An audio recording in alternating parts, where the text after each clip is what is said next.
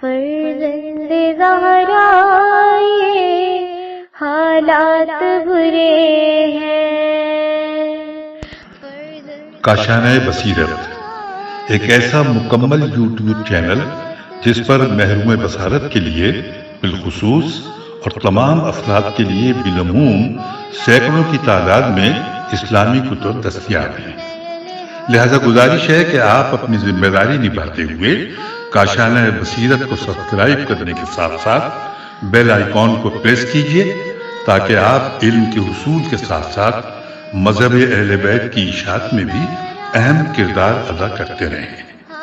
کاشانہ بصیرت۔ فرزند زہرا یہ حالات برے ہیں۔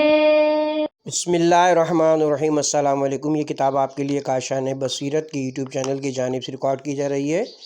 نام کتاب حیات القلوب، جلد دوم، تالیف علامہ مجلسی علیہ رحمہ۔ اب ہم کتاب کا پارٹ نمبر 78 پڑھیں گے۔ 47واں باب ذکر مباہلہ کا بقیہ حصہ، صفحہ نمبر 759 سید ابن طاؤس رحمۃ اللہ علیہ نے بیان کیا ہے کہ ہم کو صحیح سندوں کے ساتھ کتاب ابو المفضل شیبانی سے روایت ملی ہے جو اس نے مباہلہ کے تذکرے میں لکھا ہے، اور کتاب ابن اشناس بزاز سے جو اعمال ذی الحجہ میں لکھی ہے، اور انہوں نے معتبر سندوں کے ساتھ روایت کی کہ جب آن حضرت نے مکہ فتح کیا اور تمام عرب آن حضرت کے مطیع و منقاد ہو گئے، اور حضرت نے نامہ و پیام تمام اہل عالمین کے لیے بھیجے، خصوصاً بادشاہ عجم اور قیصر روم کے پاس، اور ان لوگوں کو دعوت اسلام دی اور خط میں لکھا کہ یا تو اسلام قبول کریں یا جزیہ دیں اور ذلیل رہیں یا جنگ کے لیے تیار ہو جائیں۔ جب یہ اطلاع نصارائے نجران کو ملی اور اس جماعت کو جو ان کے اطراف میں تھی، اور وہ بنی عبدالدان اور اولاد حارث ابن کعب اور مختلف مذاہب کے لوگ تھے جو ان سے ملحق ہو گئے تھے، اور سالوہ اور دین الملک کے اصحاب اور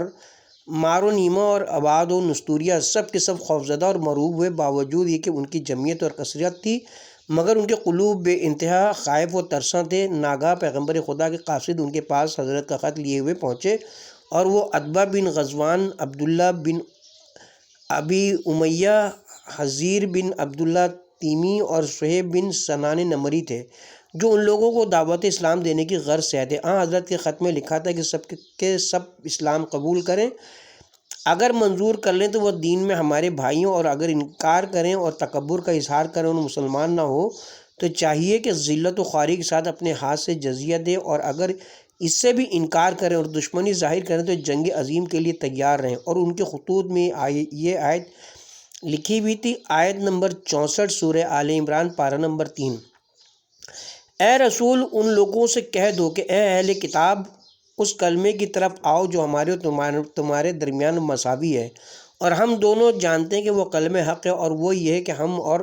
تم کسی غیر خدا کی عبادت نہ کریں اور کسی چیز کو بندگی میں اس کا شریک قرار نہ دیں، اور ہم یا تم خدا کے سوا کوئی خدا نہ قرار دیں۔ تو اگر وہ لوگ حق سے روگردانی کریں تو تم ان سے کہہ دو کہ تم لوگ گمراہ رہو کہ ہم لوگ خدا کے فرما بردار ہیں۔ اہل مذاہب کو لوگوں نے بتایا تھا کہ حضرت کسی سے جنگ نہیں کرتے جب تک ان کو دعوت اسلام نہیں دے لیتے۔ تو جب حضرت کے قاصد ان لوگوں کے پاس پہنچے اور حضرت کے خطوط ان کو سنائے اور پیغام پہنچائے، ان کی حق سے نفرت زیادہ ہوئی۔ وہ سب کے سب اپنے سب سے بڑے گرجے میں جمع ہوئے، زمین پر فرش بچھایا اور اس کی دیواروں کو حریر و دیبا کے پردوں سے آراستہ کیا، اور بڑی سلیب کو سیدھا کیا جو سونے کی تھی اور جواہرات سے مرصع کی ہوئی تھی، اور روم کے بادشاہ اعظم نے ان کے واسطے بھیجا تھا۔ اس مجلس میں اولاد حارث بن کعب حاضر تھے جو سب کے سب شجاعان روزگار اور شیران بیشہ کارزار تھے، اور قدیم الایام سے عرب کے درمیان جاہلیت کے زمانے میں مشہور تھے۔ وہ سب مشورے کے لیے جمع ہوئے تاکہ اس معاملے میں غور و فکر کرے۔ جب یہ خبر بنی مدہج، حمیر اور انمار کے عرب قبیلوں کو اور ان لوگوں کو پہنچی جو نسب میں ان کے قریب تھے یا ان کے نزدیک رہتے تھے، مثل قوم سبا کے، تو سب کے سب اپنی قوم کے غیظ و غضب کے سبب غضبناک ہوئے، اور ان کے قرب و جوار میں ایک گروہ جو مسلمان ہو چکا تھا، ان لوگوں نے بھی جب یہ خبر سنی جاہلیت کے تعصب کے سبب مرتد اور کافر ہو گئے۔ غرض تمام قبیلوں نے آپس میں یہ مشورہ کیا کہ ہم سب کے سب قبیلے مدینہ میں چل کر رسول خدا سے جنگ کریں۔ چونکہ ابو حامد حسین بن علقمہ نے دیکھا، جو ان کے عالموں میں سب سے بڑا عالم اور سب کا استاد بکر بن وائل کے قبیلے سے تھا، کہ سب کے سب لڑائی پر آمادہ ہیں، اپنا امامہ منگا کر سر پر باندھا تاکہ اپنے ابروؤں کو آنکھوں کے اوپر باندھ لے، کیونکہ کمال ضعیفی کے سبب اس کے ابرو اس کی آنکھوں پر لٹک آئے تھے، اور اس کی عمر 120 سال کی تھی۔ پھر وہ اپنی قوم سے نکل کر کھڑا ہوا اور اپنے عصا پر تکیہ کر کے خطبہ پڑھا۔ وہ خداوند عالمین پر ایمان رکھتا تھا اور بقیہ علوم پیغمبران سے بہرہ مند تھا، موحد تھا، اور جناب عیسیٰ پر ایمان رکھتا تھا، اور حضرت خاتم الانبیاء صلی اللہ علیہ وسلم پر بھی ایمان لایا تھا، جس کو اپنی قوم کے کافروں سے اور اپنے اصحاب سے بھی پوشیدہ رکھتا تھا۔ اس نے تقریر شروع کی کہ اے فرزندان عبدالدان، نرمی اختیار کرو، اور جو نعمت و عافیت اور سعادت خدائے پاک و بے نیاز نے تم کو عطا کی ہے، اس کو ہمیشہ باقی رکھو اور زائل نہ ہونے دو، کیونکہ یہ دونوں نعمتیں صلح میں مضمر ہیں، جنگ میں نہیں۔ غور و فکر کے ساتھ تاخیر کرو اور چونٹیوں کے مانند ایک دوسرے کے پیچھے چلو، بغیر سمجھے بوجھے ہرگز تیزی نہ دکھاؤ، کیونکہ بے فکری اور لاپرواہی کا اچھا نتیجہ نہیں ہوتا۔ خدا کی قسم، جو کچھ تم نے ابھی تک نہیں کیا آخر کر سکو گے، اور جو کچھ کر چکے ہو اس کو واپس نہیں کر سکتے۔ بے شک غور و فکر اور تاخیر میں نجات ہے۔ بے شک بہت سے معاملات کو عمل میں لانے کے بجائے ملتوی کر دینے میں بہتری، اور بیشتر امور گفتگو سے طے کر لینا حملہ کرنے اور جنگ کرنے سے بہتر ہوتا ہے۔ وہ یہ کہہ کر خاموش ہو گیا۔ یہ سن کر زین سیرہ حصاری نے اس کی طرف رخ کیا، جو وہاں بنی حارث بن کعب کا سردار اور ان کے گروہ کا امیر جنگ اور سب سے بزرگ و شریف تھا، اور کہا اے ابو حارثہ، تیرے باطن میں سودا سمایا اور تیرا دل ٹھکانے نہیں رہا، کہ یہ خبر تو نے سنی اور اس شخص کے مانند ہو گیا جس نے کوئی شیر دیکھا ہو اور وہ عقل سے ہاتھ دھو بیٹھا ہو۔ تو ہم میں سے ایسی مثالیں بیان کرتا ہے اور ہم کو جنگ سے ڈراتا ہے۔ یقیناً تو خدائے منان کے حق کے ساتھ حمایت و حفاظت کی فضیلت جنگ کرتا ہے اور ہم کو جنگ سے ڈراتا ہے، فضیلت جنگ میں سبقت کرنے کو جانتا ہے، اور یہ بڑی بات ہے، اور خدا کے لیے جنگ کرنا کامیاب ہے اور دین خدا جبار کی خرابیوں کی اصلاح کا سبب ہے۔ حالانکہ ہم سب ریاست کے ارکان اور نور و بادشاہی ہیں، تو ہماری لڑائیوں کے کس زمانے سے انکار کر سکتا ہے کہ ہم نے اپنے دشمنوں پر غلبہ حاصل نہیں کیا، یا کون سا عیب تو ہم پر لگا سکتا ہے کہ ابھی اس کا کلام پورا نہیں ہوتا کہ اس تیر کا پیکان جو وہ اپنے ہاتھ میں لیے ہوئے تھا، غصے کے سبب اس کے ہاتھ میں چپ گیا، مگر اسے خبر نہ ہوئی۔ جب کرزبین سیرین کا مزاج کچھ ٹھنڈا ہوا تو عاقب نے اس کی طرف رخ کیا، جس کا نام عبد المسیح بن شرجیل تھا، اور وہ اس روز بزرگ قوم اور سردار اور صاحب رائے تھا کہ بغیر اس کی رائے اور مشورے کے اس کی قوم کوئی کام نہیں کرتی تھی۔ غرض عاقب نے کرز سے کہا کہ تو سرخرو ہو، تیرے پاس پناہ لینے والے عزیز و سربلند ہو، اور جس کو تو امان دے دے اس پر کسی کا دست ظلم نہ پہنچے۔ تو نے گرد آلود پیشانیوں کے حق سے حزب نجیب اور نسب کریم کو اور عزت قدیم کو یاد کیا، لیکن اے ابو سیرہ، ہر کلام کے لیے ایک مناسب موقع اور بہادری کے لیے ایک وقت ہوتا ہے۔ ہر شخص آئندہ دن کے بارے میں اپنے موجودہ وقت کا شیبہ ہوتا ہے، اور ایام حرب مختلف ہوتے ہیں۔ ایک جماعت کو ہلاک کرتے ہیں اور ایک گروہ کو غلبہ دیتے ہیں، لیکن عافیت بہترین لباس ہے، اور مصائب و آلام کے کچھ اسباب ہوتے ہیں، اور سب سے بڑا سبب یہ کہ انسان خود بلا و مصیبت کی راہ اختیار کرے۔ یہ کہہ کر عاقب خاموش ہو گیا اور سر جھکا لیا۔ پھر سید نے اس کی طرف رخ کیا جس کا نام احتم بن نعمان تھا، اور نجران والوں کا عالم اور بلندی مراتب میں عاقب کا مثل و مانند تھا، اور اہل علم کے قبیلے سے تھا، اور قبیلہ لحم سے ملحق ہو گیا تھا۔ اس نے کہا اے ابو وائسلہ، تیری کوشش برابر ہو اور تیرا ستارہ بلند ہو۔ ہر چمکنے والی چیز میں روشنی ہوتی ہے اور ہر صحیح بات میں ایک نور ہوتا ہے، لیکن عقل بخشنے والے خدا کی قسم اس نور کلام کو ادراک وہی کرتا ہے جو بینا ہوتا ہے۔ بے شبہ تم تینوں حضرات نے مراتب کلام میں ایسی رائے اختیار کی اور جو بعض ہموار ہیں اور بعض ناہموار ہے، اور تم میں سے ہر ایک کی رائے اس کی عقل کے مطابق خوش آئند ہوتی ہے، اور کبھی امر محکم اپنے محل پر قائم ہو جاتا ہے۔ بے شک قریش کے سردار و بزرگ نے امر عظیم اور ایک اہم غرض کے لیے بلایا، لہٰذا تمہاری رائے اس کے بارے میں جو ہو وہ بیان کرو، یا تو اس کی اطاعت پر متفق ہو جاؤ یا اس کی مخالفت تو انکار پر مشورہ کر لو۔ یہ سن کر پھر کریز اپنی بات پر قائم و مستحکم رہا اور نہایت سخت اور درست انداز میں بولا کہ کیا ہم اپنا دین جس پر ہماری ہر رگ و ہر ریشہ مضبوط ہوا ہے ترک کر دیں گے، حالانکہ ہمارے آباء و اجداد اسی پر قائم رہے ہیں اور بادشاہان عالم اسی دین کے سبب سے ہم کو پہچانتے اور ہماری عزت کرتے ہیں، اور ہم ذلت و خواری کے ساتھ جزیہ دینا منظور کریں گے؟ نہیں، خدا کی قسم ہم ان دونوں باتوں میں سے کسی ایک کو منظور نہیں کر سکتے جب تک کہ تلواریں نیام سے باہر نہ نکال لیں اور بے شمار عورتوں کو بیوہ نہ کر لیں، یا محمد صلی اللہ علیہ وسلم کے سامنے ہمارے خون بہہ جائیں۔ ہم ان سے جنگ کریں گے یہاں تک کہ خداوند عالم جس کو چاہے فتح عطا فرمائے۔ یہ سن کر سید نے کہا، اے ابو سیرہ، اپنے اوپر اور ہم سب پر رحم کر، کیونکہ اگر ہم محمد کے خلاف ایک تلوار نیام سے نکالیں گے تو ان کی طرف سے بے شمار تلواریں نکل آئیں گی، کیونکہ تمام عرب ان کا تابع و فرمانبردار ہو گیا اور سارے قبیلے ان کی اطاعت کر چکے ہیں، اور ان کی حکومت تمام شہروں اور جنگلوں پر چھا گئی ہے۔ بادشاہ عجم اور قیصر روم ان سے عاجز ہے، تمہاری کیا ہستی ہے کہ ان سے مقابلہ کرو گے؟ بہت جلد تم اور تمہارے وہ لوگ جو تمہاری مدد میں ان سے جنگ کریں گے اور اس طرح برباد ہو جاؤ گے کہ پھر کوئی تمہارا نام نہ لے گا۔ تم اس تنکے کے مانند ہو جاؤ گے جو سیلاب میں بہہ جاتا ہے، یا گوشت کا ایک ٹکڑا ہوگے جو پتھر پر ڈال دیا جاتا ہے۔ اور ان کے ہمراہ ایک شخص نصارہ کے زندیقوں میں سے جہیز بن سراقہ بارقی تھا، جو نصارہ کے بادشاہوں کے نزدیک بڑا صاحب عزت تھا اور نجران میں رہتا تھا۔ اور سید نے کہا، اے ابو سعد، تو بھی اس معاملے میں اپنی رائے ظاہر کر، کیونکہ اس مجمع میں عظیم واقعات طے کیے جاتے ہیں۔ اس نے کہا، میری رائے تو یہ کہ محمد کے پاس چل کر ان کی اطاعت قبول کر لو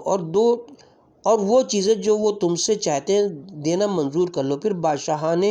نصارہ سے خط و کتابت کرو، خاص کر سب سے بڑے بادشاہ سے جو قیصر روم ہے، اور بادشاہان سیاحان، بادشاہ نوبہ و حبشہ و علاوہ اور راحت و مرسید و یہ سب نصرانی۔ اس طرح شام اور اس کے اطراف و جوانب کے نصرانی بادشاہوں غسان، لہم، جذام اور قزاع وغیرہ کو وہ بھی تمہارے دین میں ہیں اور تمہارے دوست و ہمدرد ہیں۔ اسی طرح اہل جیرہ وغیرہ کے عابدوں کو اور ان لوگوں کو جو محمد کے دین پر مائل ہو گئے، مثل قبائل تغلب اور بنت وائل وغیرہ کے، اور جو ربیہ بن خزار سے ہیں، اور ان سب کے پاس خطوط اور قاصد روانہ کرو اور ان کو اپنے دین کی مدد کے لیے بلاؤ، تاکہ روم سے لشکر آئے اور سیاحان اصحاب فیل کے مانند متوجہ ہوں، اور عرب کے نصرانی جو ربیہ کے قبیلے سے ہیں اور ریسن میں سکونت پذیر ہیں تمہارے پاس آئیں۔ جب ہر طرف سے مدد تمہارے پاس آ جائے، پھر اپنے قبیلے کے لوگوں کو جمع کرو جو تمہاری مدد پر آمادہ ہو جائیں، پھر سب کے سب مل کر جو مقابلے کی قوت رکھتے ہو محمد صلی اللہ علیہ وسلم کی جانب رخ کرو، پھر ان کے لشکر کو تم سے مقابلے کی مجال نہ ہوگی اور وہ سب مغلوب اور محقور ہوں گے، تم ان کو جلد برباد و فنا کر دو گے اور آتش فتنہ بجھ جائے گی، پھر تم اہل عالم میں سب سے بڑے مانے جاؤ گے، کعبے کے مانند جو تہامہ میں ہے کہ تمام عالم والے اس کی طرف حج کو جاتے ہیں۔ میری رائے یہی ہے، اس کو غنیمت سمجھو، زیادہ غور و فکر اور رائے زنی مناسب نہیں ہے۔ جہیز بن سراقہ کی یہ رائے سب کو پسند آئی اور یہی طے پایا کہ اسی پر عمل کرے، اور سب منتشر ہونا چاہتے تھے کہ ایک شخص فرزندان قیس بن سلبہ میں سے قبیلہ ربیہ بن نزار کا، جس کا نام حارثہ بن عمال تھا، کھڑا ہو گیا۔ وہ بھی عیسائی تھا۔ اس نے جہیز کی طرف رخ کر کے مثال کے طور پر چند شعر پڑھے، جن کا مضمون یہ تھا کہ کب تک تو کوشش کرتا رہے گا کہ رائے حق کو باطل سے روکے، حالانکہ حق چھپا نہیں رہتا۔ اگر تو حق کے ساتھ چاہتا ہے کہ پہاڑوں کو راہ پر لگا دے تو کر سکتا ہے، اور جب گھر میں دروازے سے نہیں آئے گا تو بھٹکتا پھرے گا، اور جب دروازے سے آئے گا تو گھر کے اندر داخل ہو سکتا ہے۔ پھر سید و عاقب اور علماء اور عباد نصارہ اور تمام نصارائے نجران کی طرف کہ ان کے سوا کوئی اور وہاں نہ تھا، رخ کر کے بولا کہ سنو اور سمجھو اے علم و حکمت کے وارثوں اور حجت و برہان کے قائم کرنے والوں، خدا کی قسم سعادت مند وہ ہے جو نصیحت سنے اور حق سے انحراف نہ کرے۔ بے شک میں تم کو خدا سے ڈراتا ہوں اور حضرت عیسیٰ کی وصیت یاد دلاتا ہوں۔ پھر جناب عیسیٰ کی وصیت اور ان کا جناب یوشع بن یوحنا کو اپنا وصی قرار دینا اور ان کا بیان کرنا ان واقعات کو جو ان کی امت میں واقع ہوں گے کہ لوگ باطل مذہب اختیار کریں گے وغیرہ بالتشریح بیان کر کے کہا کہ حق تعالیٰ نے جناب عیسیٰ کی جانب وحی فرمائی کہ اے میری کنیز کے فرزند، میری کتاب پر اپنی تمام طاقت و قوت کے ساتھ عمل کرو اور اہل سوریہ کے لیے اس کی تفسیر انہی کی زبان میں بیان کرو اور ان کو جتلا دو کہ میں خدا ہوں کہ میرے علاوہ کوئی خدا نہیں، میں ہوں ہمیشہ زندہ کہ کبھی نہ مروں گا، اپنی ذات سے قائم ہوں، میں ہی وہ خدا ہوں کہ جو تمام عالمین کو عدم سے میں نے بغیر کسی اصل و مادے کے پیدا کیا، میں ہوں ہمیشہ باقی رہنے والا کہ زوال نہیں رکھتا اور ایک حال سے دوسرے حال پر منتقل نہیں ہوتا۔ بے شک میں نے اپنے رسولوں کو بھیجا اور اپنی رحمت سے ہدایت خلق کے لیے کتابیں نازل کیں تاکہ ان کو گمراہی سے بچاؤں۔ پھر یقیناً پیغمبروں میں سب سے عزت احمد کو بھیجوں گا جس کو تمام خلائق میں انتخاب کیا اور تمام عالمین میں سے فارقیلتا کو برگزیدہ کیا ہے، جو میرا بندہ اور دوست ہے۔ اس کو اس وقت بھیجوں گا جب کہ دنیا ہادی سے خالی ہوگی اور اس کو اس کے محل ولادت کوہ فاران سے محبوس کروں گا جو مکہ معظمہ ہے اور اس کے پدر ابراہیم کا مقام ہے، اور ایک نور اس کے لیے بھیجوں گا جس سے نابینا آنکھوں کو، بہرے کانوں کو اور نادان دلوں کو روشنی حاصل ہوگی۔ کیا کہنا ہے اس کی خوش نصیبی کا جو اس کے زمانے میں ہو اور اس کی باتوں کو سنے، اس پر ایمان لائے اور اس کی شریعت اور کتاب کی پیروی کرے۔ تو اے عیسیٰ جب اس پیغمبر کو یاد کرو تو اس پر صلوات بھیجو کیونکہ میں اور میرے تمام فرشتے اس پر صلوات بھیجتے ہیں۔ راوی بیان کرتے ہیں کہ جب حارثہ بن آصال کا کلام یہاں تک پہنچا تو سید اور عاقب کی نگاہوں میں دنیا تاریک ہو گئی کیونکہ وہ پسند نہیں کرتے تھے کہ جناب عیسیٰ کی یہ وصیت اس مجمع میں بیان کی جائے، کیونکہ ان دونوں کی نجران کے عیسائیوں میں بڑی عزت تھی اور بادشاہوں کے نزدیک بڑی قدر و منزلت تھی، وہ ان کے لیے ہدیے اور تحفے بھیجتے تھے، اسی طرح عام رعایا بھی، لہٰذا ان کو خوف ہوا کہ لوگ ان سے منحرف ہو جائیں گے اور ان کی اطاعت نہ کریں گے، اور اگر وہ مسلمان ہو جائیں تو ان کی وہ قدر و منزلت جاتی رہے گی۔ لہٰذا عاقب نے کہا اے حارثہ غور کر اور سمجھ کہ میں اس کلام کی رد کرنے والی دلیلیں قابل قبول دلیلوں سے زیادہ ہیں اور بہت سی باتیں اس کے کہنے والے سے بلند ہوتی ہیں اور پوشیدہ حکمتوں کو ظاہر کرنے سے دلوں کو نفرت ہوتی ہے، لہٰذا خوف کر دلوں کی نفرت سے، کیونکہ ہر وہ بات کہنا چاہیے جن کی اہلیت ان کے نزدیک ہو، اور ہر کلام کا ایک محل ہوتا ہے اور ہر بات عام طور سے نہیں کہی جا سکتی۔ ہر موقع پر وہی بات کہنا چاہیے جو نجات کا سبب ہو اور جس کے کہنے میں کسی کا ضرر نہ ہو۔ میں نے نصیحت کا جو حق تھا ادا کر دیا، لہٰذا اب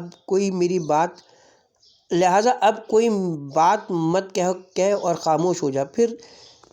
سید نے بھی چاہا کہ عاقب کی تائید کرے اور حارثہ سے کہا کہ میں ہمیشہ تجھ کو صاحب علم و عقل سمجھتا رہا کیونکہ صاحبان عقل کی عقلیں تیری طرف مائل تھیں، لہٰذا ہرگز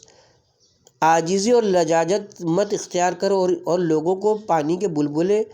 شراب کی طرف مت لے جا۔ اگر کوئی تجھ کو اس گفتگو میں معذور سمجھ لے تو در حقیقت تو معذور نہیں۔ اگر ابو واقر نے تجھ سے سخت کلام کیے تو اس کا قصور نہیں، بے شک اس کا سب قول و عمل ہمارا ہے، وہ ہمارا پیشوا ہے۔ اگر اس نے تجھ پر عتاب کیا تو اس کی نصیحت پر عمل کر، اور تجھ کو معلوم ہونا چاہیے کہ پیشوائے قریش یعنی محمد صلی اللہ علیہ وسلم کے دین کی بقا بہت تھوڑی ہے جو جلد ختم ہو جائے گا، اور اس کے بعد ایک قرن گزرے گا جس کے آخر میں ایک پیغمبر حکمت و بیابان اور شمشیر و بادشاہی کے ساتھ عظیم سلطنت کا مالک ہوگا، جس کی امت مشرق و مغرب کو اپنے تصرف میں لائے گی، اور اس کی ذریت سے ایک پاک و طاہر بادشاہ ہوگا جو تمام بادشاہوں پر غالب ہوگا، اور تمام دین والے اس کے دین میں داخل ہو جائیں گے، اور اس کی حکومت ہر اس شے پر ہوگی جس پر رات اور دن گزرتے ہیں۔ اے حارثہ یہ مدت بہت طویل ہوگی جس کی اطلاع نہیں، لہٰذا جو کچھ اپنے دین کے بارے میں تجھ کو علم ہے اس پر مضبوطی سے قائم رہے اور دوسرے دین میں داخل مت ہو، کیونکہ وہ بہت جلد زمانے کے ساتھ منقطع ہو جائے گا یا کسی حادثے سے زائل ہو جائے گا، اور جو آئندہ آئے گا اس سے غرض مت رکھ، کیونکہ ہم اس وقت اسی دین پر مکلف ہیں اور کل کی بات کل والے جانے۔ یہ سن کر حارثہ بن آصال نے جواب دیا کہ اے ابو قرہ، خاموش ہو، جو شخص کل کی فکر نہ کرے اسے آج کا دن کیا فائدہ دے گا۔ خدا سے ڈر تاکہ خدا تجھ کو پناہ دے، کیونکہ عالمین میں سوائے اس کے کوئی پناہ دینے والا نہیں ہے۔ تو نے یہ باتیں عاقب کی طرح خاطر سے کی کیونکہ وہ تمہارا بزرگ اور پیشوا اور گروہ نصارہ تم دونوں کی طرف رجوع کیا ہے۔ اگر اپنی بزرگی اور پیشوائی قائم رکھنے کے لیے حق کی تردید کرتے ہو تو تمہیں اختیار ہے، لیکن نصیحت ان لوگوں کے لیے ہے جو ہدیے کے ساتھ بھیجے جاتے ہیں، ان کی طرف جو اس کے اہل ہوتے ہیں، اور تم ان باتوں کے قبول کرنے کے زیادہ مستحق ہو کیونکہ ہمارے قلوب تمہاری طرف مائل ہیں اور تم دونوں دین میں ہمارے پیشوا ہو۔ اے دونوں بزرگواروں، عقل کو رہبر بناؤ اور جو کچھ عقل حکم دے اس کو قبول کرو، اور جو سامنے آ گیا ہے اس کے گرد و پیش پر غور کرو اور اس کے نتیجے کو سوچو اور تاخیر مت کرو، اور خدائے کریم و برتر کی رضامندی اختیار کرو جس طرح وہ ہر روز تم پر اپنا فضل و کرم کرتا رہتا ہے، اور اپنے ننگ و عار کو راہ مت دو، کیونکہ جو شخص نفس کی لگام کو چھوڑ دیتا ہے وہ اس کو ہلاکت میں ڈالتا ہے۔ جو شخص اپنی عاقبت پر نظر رکھتا ہے وہ ہلاک ہونے سے محفوظ رہتا ہے۔ جو شخص اپنی عقل سے کام لیتا ہے عبرت حاصل کرتا ہے اور دوسروں کے لیے عبرت کا باعث نہیں ہوتا، اور جو شخص خدا کے لیے نصیحت کرتا ہے اور خدا کی خوشنودی اختیار کرتا ہے، خدا تعالیٰ اس کو دنیاوی زندگی میں عزت و بزرگی کے ساتھ انس عطا فرماتا ہے اور وہ عقبہ میں سعادت پاتا ہے۔ پھر عاقب کی طرف عتاب کے ساتھ رخ کیا اور کہا، اے ابو واصلہ، تو نے کہا کہ تیری باتوں کا رد کرنے والا اس کے قبول کرنے والے سے آگے ہے۔ خدا کی قسم تو اس کا زیادہ سزاوار تھا کہ کوئی تیرے اس کلام کو تیرے متعلق بیان نہ کرتا۔ بے شک تو جانتا ہے اور ہم سب انجیل کی پیروی کرنے والے ہیں۔ جناب عیسیٰ نے جو کچھ اپنے حواریوں سے فرمایا، اور قوم عیسیٰ میں جو شخص مومن ہے جانتا ہے کہ جو کچھ میں نے بیان کیا ہے صحیح ہے، اور جو کچھ تو کہتا ہے غلط اور خطا ہے۔ جو تجھ سے واقع ہوئی جس کی تلافی سوائے توبہ کے اور جو تو نے انکار کیا ہے اس کے اقرار کرنے کے اور کسی طرح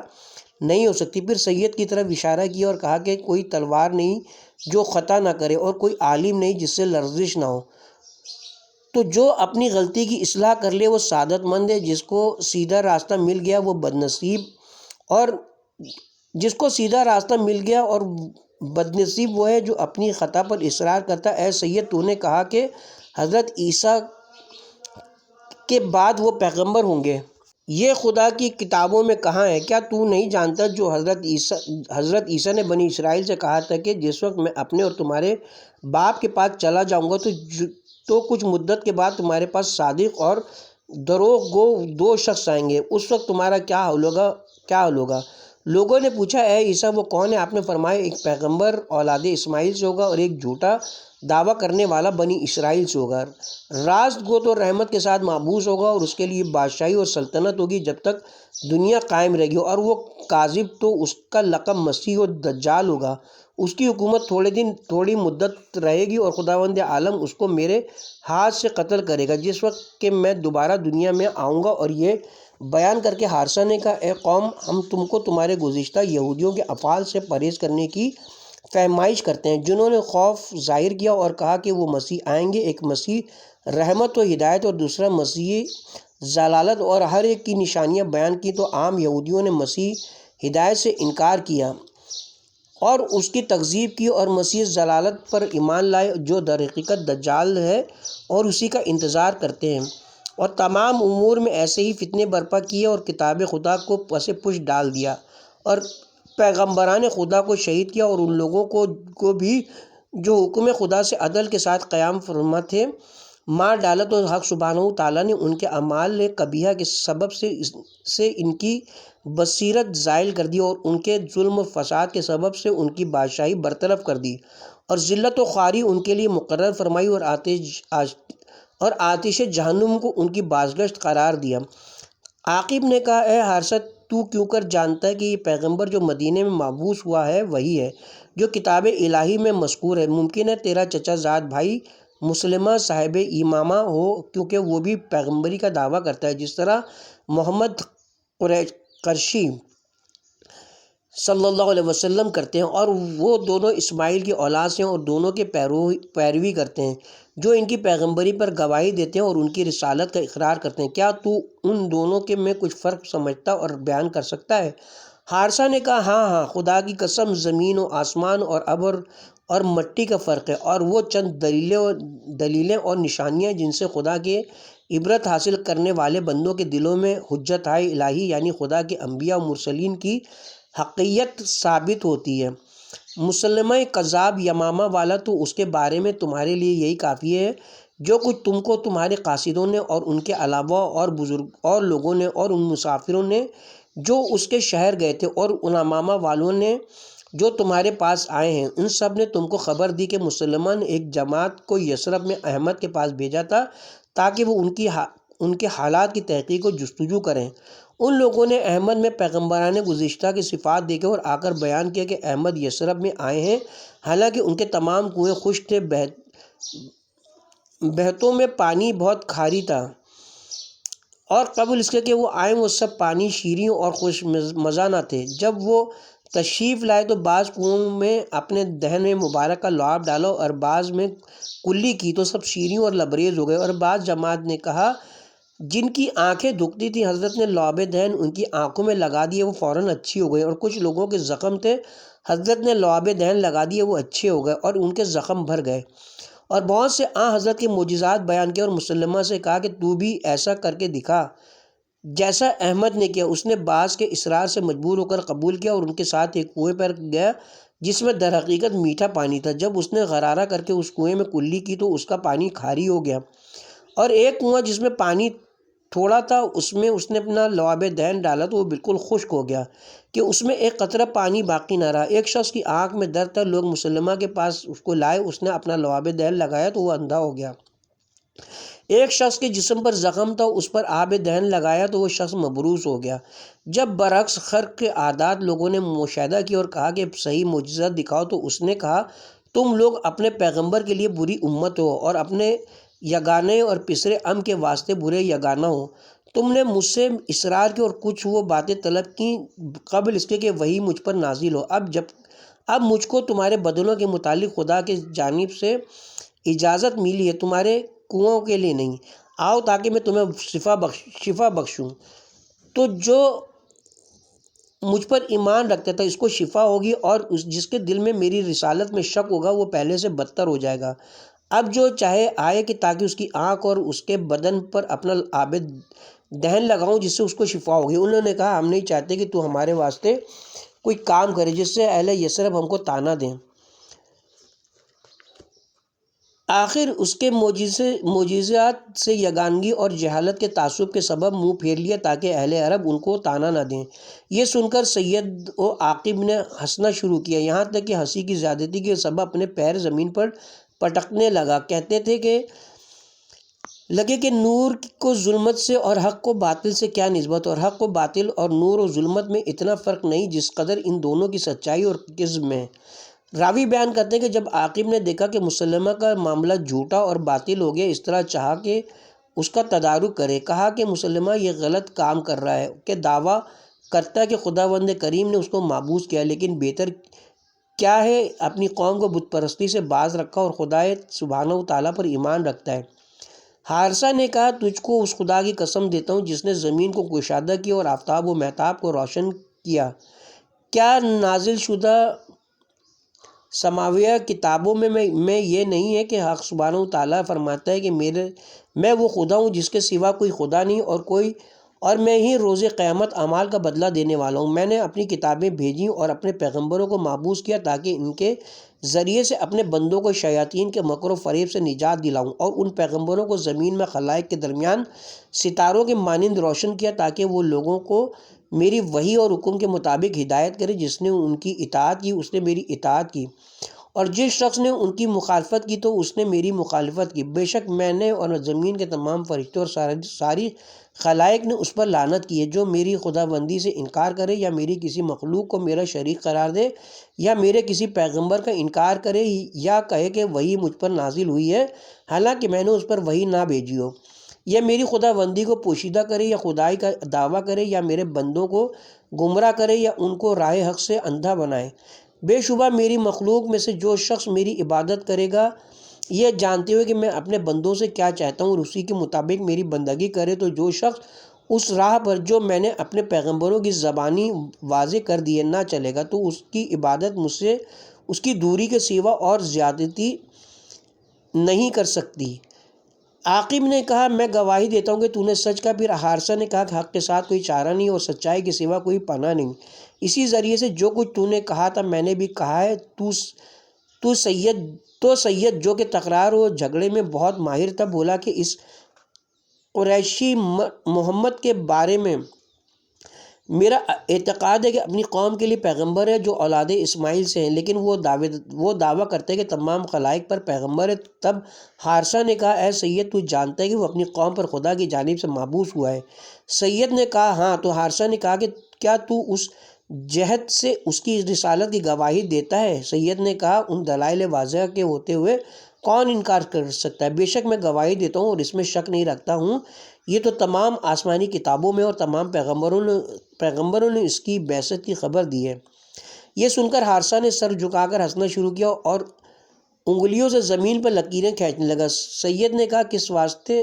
ہنستا ہے؟ اس نے کہا تعجب کرتا ہوں اور ہنستا ہوں۔ سید نے کہا شاید میری بات تعجب خیز تھی جس پر تو ہنستا ہے۔ اس نے کہا ہاں، کیا تعجب کی بات نہیں کہ ایسا شخص جو علم و حکمت کا دعویٰ کرتا ہے اور کہتا ہے کہ خدائے بزرگ و برتر خدائے بزرگ و برتر نے ایسے شخص کو نبوت کے ساتھ برگزیدہ کیا اور اپنی رسالت سے مخصوص فرمایا اور اپنی روح و حکمت سے اس کی مدد کی ہے، جو جھوٹ بولنے والا ہے اور کہتا ہے کہ وحی مجھ پر نازل ہوئی ہے حالانکہ اس پر وحی نہیں آئی ہے، اور کاہنوں کی طرح جھوٹ اور سچ کو مخلوط کرتا ہے جو کبھی سچ کہتے ہیں اور کبھی جھوٹ۔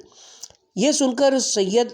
خجل اور پشیمان ہوا اور سمجھا کہ غلط کہہ گیا اور الزام کے قابل ہو گیا۔ راوی کہتے ہیں کہ حارثہ نجران والوں میں سے نہ تھا اور غریب آدمی تھا اور اس جگہ اس نے سکونت اختیار کر لی تھی۔ پھر عاقب نے اس کی طرف رخ کیا اور کہا اے برادر خاموش رہ اور زبان درازی مت کر، کیونکہ بہت سی باتیں بولنے والے کو کنویں کی گہرائی میں پہنچا دیتی ہیں اور بہت سی باتیں دشمنوں کو دوست بنا لیتی ہیں، لہٰذا ایسی باتیں ترک کر جن کو دل قبول نہیں کرتے، اگرچہ ان کے کہنے میں تو معذور ہے۔ سن اور سمجھ کہ ہر چیز کی ایک صورت ہے اور آدمی کی صورت اس کی عقل ہے اور عقل کی صورت ادب ہے اور ادب کی دو قسمیں ہیں، ایک طبعی ہے، دوسرا وہ جو حاصل کیا جاتا ہے، اور ان میں بہترین آداب وہ ہیں جن کا خالق عالم نے حکم دیا، اور ان میں سے ایک یہ کہ اپنے بادشاہ کا ادب ملحوظ رکھا جائے کیونکہ اس کا وہ حق ہے کہ دنیا میں کسی کا نہیں، کیونکہ بادشاہ خدا اور اس کے بندوں کے درمیان واسطہ ہوتا ہے، اور بادشاہوں کی بھی دو قسمیں ہیں، ایک قہر و غلبہ رکھنے والا، دوسرا بادشاہ حکمت و شرع والا، اور اس کا حق بہت زیادہ ہے۔ اور اے حارثہ تو جانتا ہے کہ خدا نے ہم کو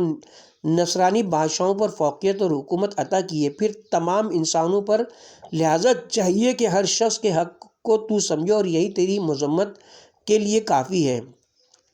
کہ سلاطین حکمت کے حق کی رعایت تو نہیں کرتا۔ پھر کہا کہ تو نے برادر قریش یعنی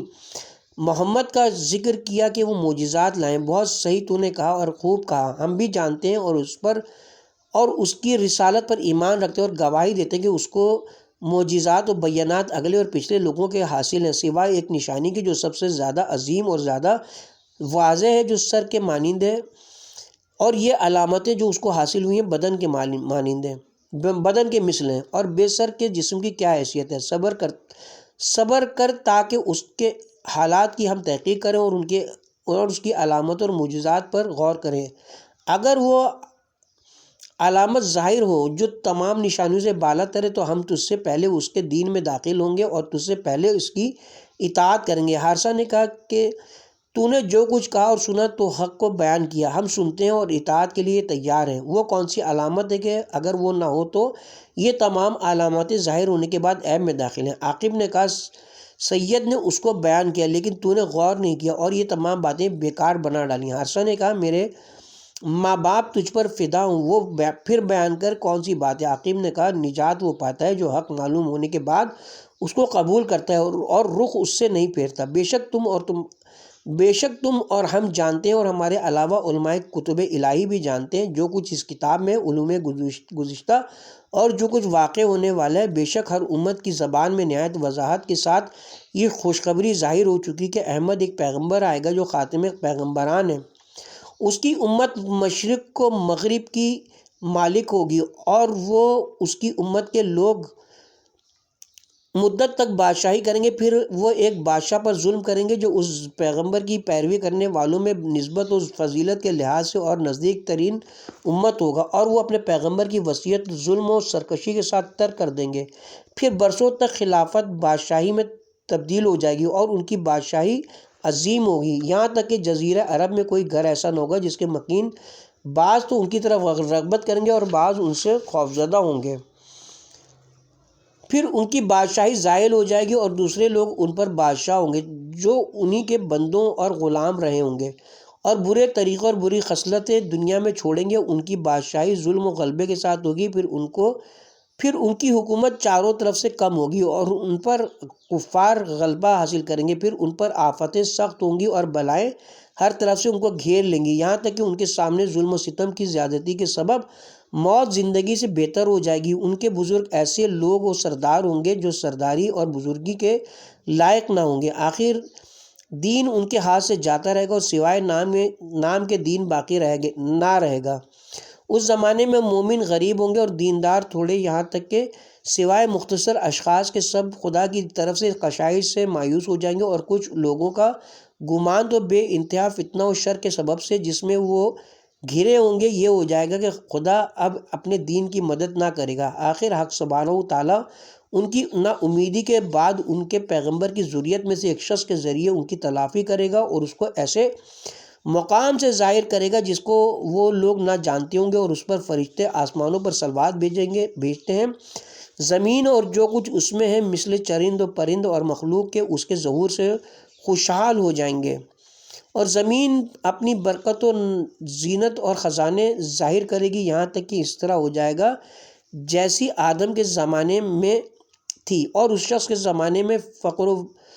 بلا و امراض برطرف ہو جائیں گے جو سابقہ امتوں پر نازل ہوتے تھے، اور تمام شہروں میں امن قائم ہو جائے گا، اور ہر زہریلے جانور کا زہر اور ڈنک اور درندوں کے پنجے وغیرہ بے ضرر ہو جائیں گے، یہاں تک کہ چھوٹی چھوٹی بچیاں سانپ کے بچوں کے ساتھ کھیلیں گی اور ان کو کوئی ضرر نہ پہنچائے گا، اور شیر گایوں کے گلے کے لیے مثل چرواہوں کے ہو جائیں گے، اور بھیڑیے بھیڑ بکریوں کے لیے مددگاروں کے مثل ہوں گے، اور خداوند عالم اس شخص کو تمام ادیان عالم پر غالب کر دے گا۔ وہ تمام ملکوں پر منتہائی چین تک حکومت کرے گا، یہاں تک کہ کوئی شخص باقی نہ رہے گا مگر دین حق پر ہوگا، جس دین کو خدا پسند کرتا ہے اور جس پر خود آدم سے خاتم تک تمام پیغمبروں کو مبعوث فرمایا ہے۔ اس بیان کے ساتھ ہی ابھی ہم کتاب کے پارٹ نمبر 78 کا اختتام کرتے ہیں۔ 47واں باب ذکر مباہلہ کا تذکرہ بھی جاری ہے، اور اس سلسلے میں اس سے آگے پارٹ نمبر 79 میں بیان ہوگا انشاءاللہ اسی جگہ سے۔